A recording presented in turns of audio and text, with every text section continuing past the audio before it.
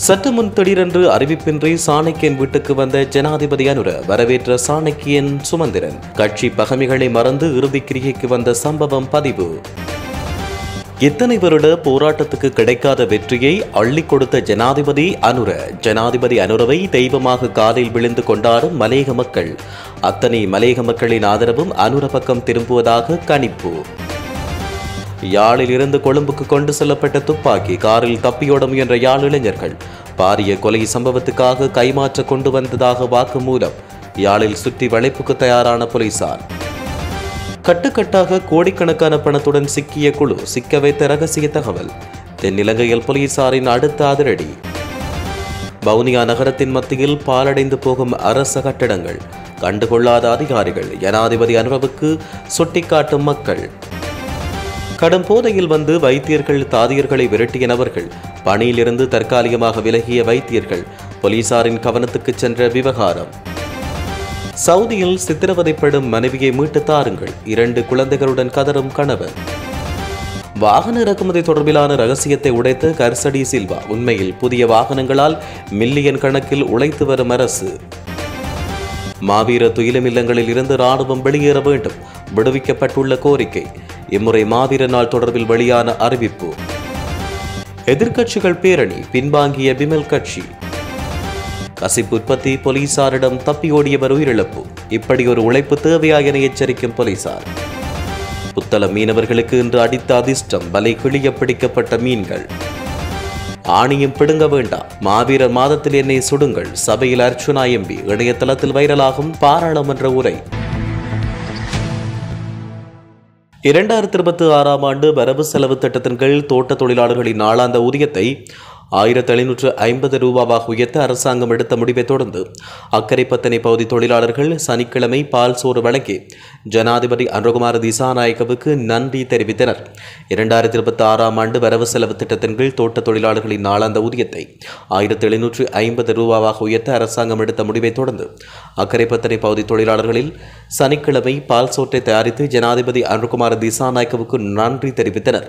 தொழிலாளர்கள் தங்கள் அன்றாட பணிகளை மீண்டும் தொடங்க முன்பு ஜனாதிபதிக்கும் அரசாங்கத்துக்கும் ஆசீர்வதித்தனர். இந்த நடவடிக்கையை தோட்ட சமூகங்களின் நீண்டகால கஷ்டங்களை ஒப்புக்கொண்ட ஒரு வரலாற்று மற்றும் இரக்கமுள்ள முடிவென்றும் விவரித்தனர். வரலாற்றில் இதுவே முதல் முறை என்றும் ஒரு அரசாங்கம் போராட்டங்கள் அல்லது வேலை நிறுத்தங்களின்றி தோட்ட ஊதியத்தை அதிகரித்ததாகவும் அவர்களின் வாழ்க்கை தரத்தை மேம்படுத்துவதற்கு நடவடிக்கை எடுத்ததற்காக ஜனாதிபதியை அவர்கள் பாராட்டியுள்ளனர். இலங்கை தமிழரசு கட்சியின் மட்டக்களப்பு மாவட்ட நாடாளுமன்ற உறுப்பினர் ரா சாணக்கியனின் தந்தை அமரத்துவம் அடைந்த வைத்தியர் ராசமாணிக்கம் ராஜபுத்திரன் அவர்களின் பூதவுடலுக்கு ஜனாதிபதி அஞ்சலி செலுத்தினார். இலங்கை தமிழரசு கட்சியின் மட்டக்களப்பு மாவட்ட நாடாளுமன்ற உறுப்பினர் ரா சாணக்கியனின் தந்தையின் இறுதி அஞ்சலிக்காக ஜனாதிபதி உட்பட ஆளுங்கட்சி எதிர்க்கட்சி பாராளுமன்ற உறுப்பினர்கள் பொரடையில் உள்ள தனியார் மலைச்சாலைக்கு அஞ்சலிக்காக வருகை தந்தனர். இதன்போது இலங்கை தமிழரசு கட்சியின் வட்டார குழு உறுப்பினர்களால் கட்சி கொடி போர்க்கப்பட்டமை குறிப்பிடத்தக்கது. இதன்போது இலங்கை தமிழரசு கட்சியின் செயலாளர் ஜனாதிபதி சட்டத்தரணி எம் ஏ சுமந்திரன் மற்றும் கட்சியின் மூத்த உறுப்பினர்கள் ஆதரவாளர்கள் முக்கியஸ்தர்கள் என பலரும் கலந்து கொண்டு அஞ்சலி செலுத்தினர். கடந்த 7ஆம் தேதி இறைப்பதமடைந்த அன்னாரின் பூதவுடல் பொருளையில் உள்ள தனியார் மலைச்சாலையில் மக்கள் அஞ்சலிக்காக வைக்கப்பட்டதோடு அன்னாரின் பூதவுடலுக்கு அரசியல்வாதிகள் பொதுமக்கள் என பலரும் அஞ்சலி செலுத்தி வருகின்றனர். இறைப்பதமடைந்த அன்னார் இலங்கை தமிழரசு கட்சியின் முன்னாள் மூத்த தலைவரான சிமு ராசமாணிக்கம் அவர்களின் புதல்வர் என்பதோடு மட்டக்களப்பு மாவட்ட பாராளுமன்ற உறுப்பினர் சாணக்கியனின் தந்தை என்பது குறிப்பிடத்தக்கது.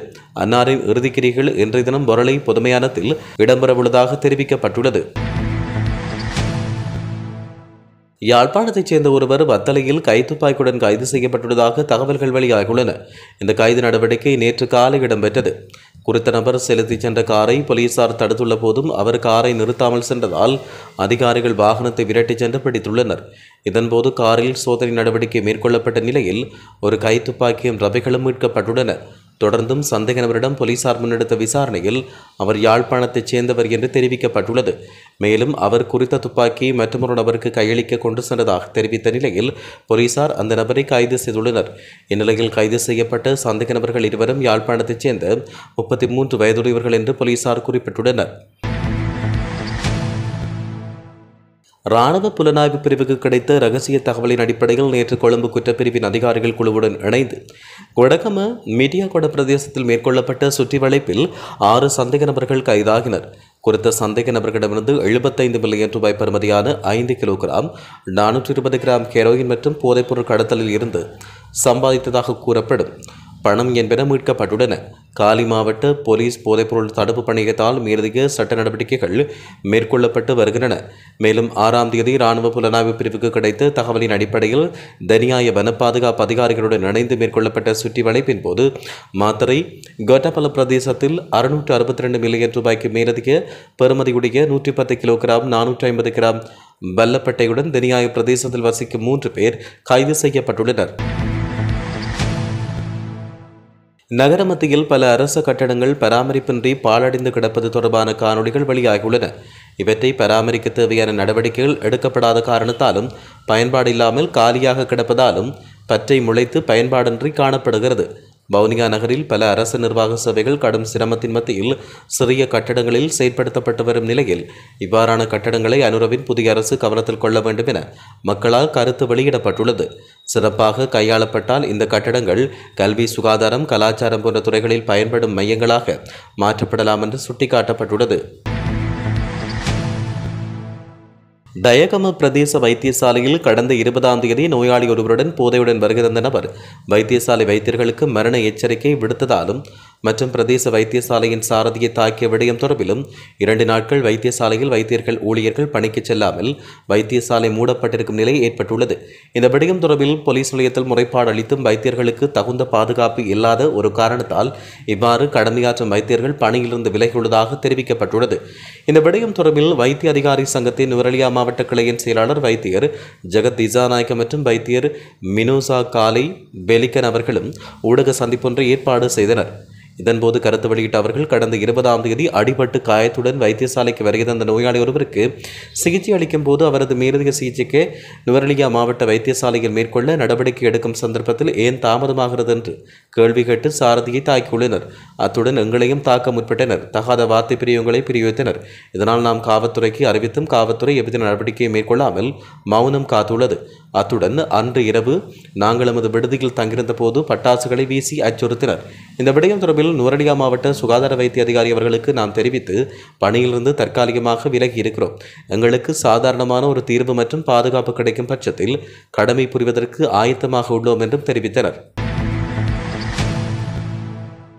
சவுதி அரேபியாவுக்கு வீட்டு பணிப்பெண்ணாக வேலைக்கு சென்ற கொத்மலை பூச்சிக்கொட தோட்டத்தைச் சேர்ந்த 2 பிள்ளைகளின் தாயான 26 வயது தாய் தன்னுடைய எஜமானரால் சித்திரவதைக்குள்ளாக்கப்பட்டு நோய்வாய்ப்பட்டிருப்பதால் தன்னுடைய மனைவியை மீட்டுத் தருமாறு மேற்படி பெண்ணின் கணவர் விக்னேஸ்வரன் சம்பந்தப்பட்ட தரப்பினரிடம் கோரிக்கை விடுத்துள்ளார்.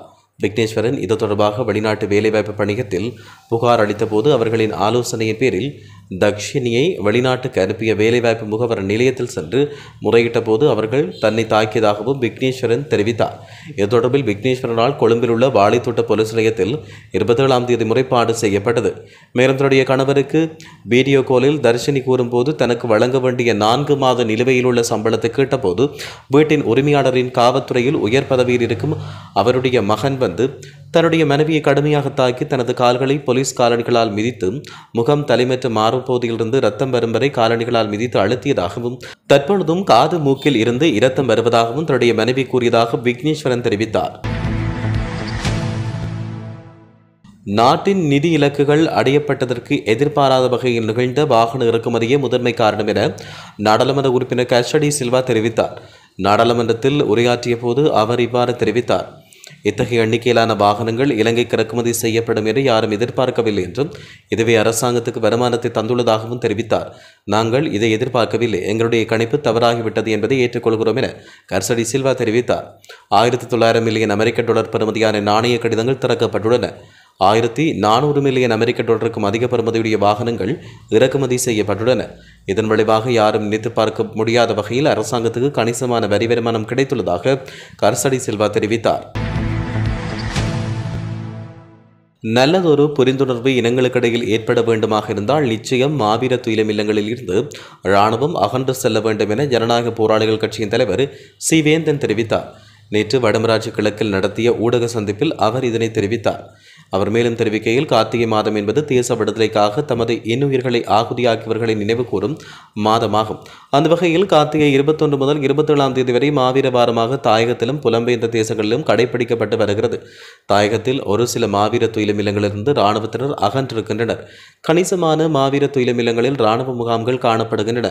இதனால் ஒவ்வொரு வருடமும் தமது பிள்ளைகளுக்கு சொந்தமாக நினைவேந்தல் செய்வதற்கு மாவீர துயிலும் இல்லத்திலிருந்து வெளியேற வேண்டும் என்று கோரிக்கையை விடுத்திருக்கிறோம். எதிர்வரும் காலங்களில் மக்கள் சுதந்திரமாக மாவீரர்களை நினைவேந்தல் செய்வதற்கு ஏற்பாடு செய்துள்ளதாக கூறியிருக்கிறார். நாங்கள் அந்த கருத்தை வரவேற்கிறோம். இந்த சந்தர்ப்பத்தில் ஜனாதிபதிக்கு நன்றியை தெரிவித்துக் கொள்கிறோம். இது பேச்சளவிலின்றி செயலளவில் இருக்க வேண்டும் என்பது எங்களின் கோரிக்கை என்றும் தெரிவிக்கப்பட்டுள்ளது. நவம்பர் 21ஆம் தேதி எதிர்க்கட்சிகள் முன்னெடுக்கவுள்ள எதிர்ப்பு பேரணியில் பங்கேற்கப் போவதில்லை என தேசிய சுதந்திர முன்னணி அறிவித்துள்ளது. தேசிய சுதந்திர முன்னணி கட்சியின் தலைவர் விமல் வீரவன்ச வெளியிட்ட அறிக்கையில் இந்த விடயம் தெரிவிக்கப்பட்டுள்ளது.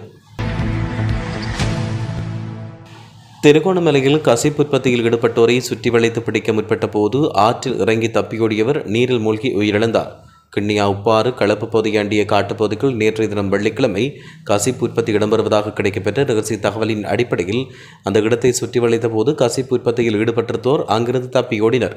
இந்நிலையில் சிறிய படகு, அதற்கான வெளியிணைப்பு இயந்திரம், கசிப்பு உற்பத்திக்கு பயன்படுத்தப்பட்ட உபகரணங்கள், 70 லிட்டர் கசிப்பு மீட்கப்பட்டது. அதேவேளை நேற்றைய தினம் ஆற்றில் இறங்கி தப்பியோடியவர் காணாமல் போயிருந்த நிலையில் இன்று ஆற்றில் இருந்து அவர் சடலமாக மீட்கப்பட்டுள்ளார். மேலும் சம்பவம் தொடர்பில் கிண்ணியா போலீசார் விசாரணைகளை முன்னெடுத்துள்ளனர். புத்தள முடப்பு சின்னக்குளனி கடற்பரப்பில் இன்று காலை கரைவலையில் ஒரு தொகை மீன் பிடிக்கப்பட்டுள்ளது. இதன்போது கரைவலைக்கு சொந்தமான ஒருவரின் வலையில் சீலா, நெத்தலி மீன், கும்பளா, பூச்சக்கனி மற்றும் பன்னா, காரல், ராக்கி மீன் உள்ளிட்ட பல வகை மீன்கள் பிடிக்கப்பட்டன.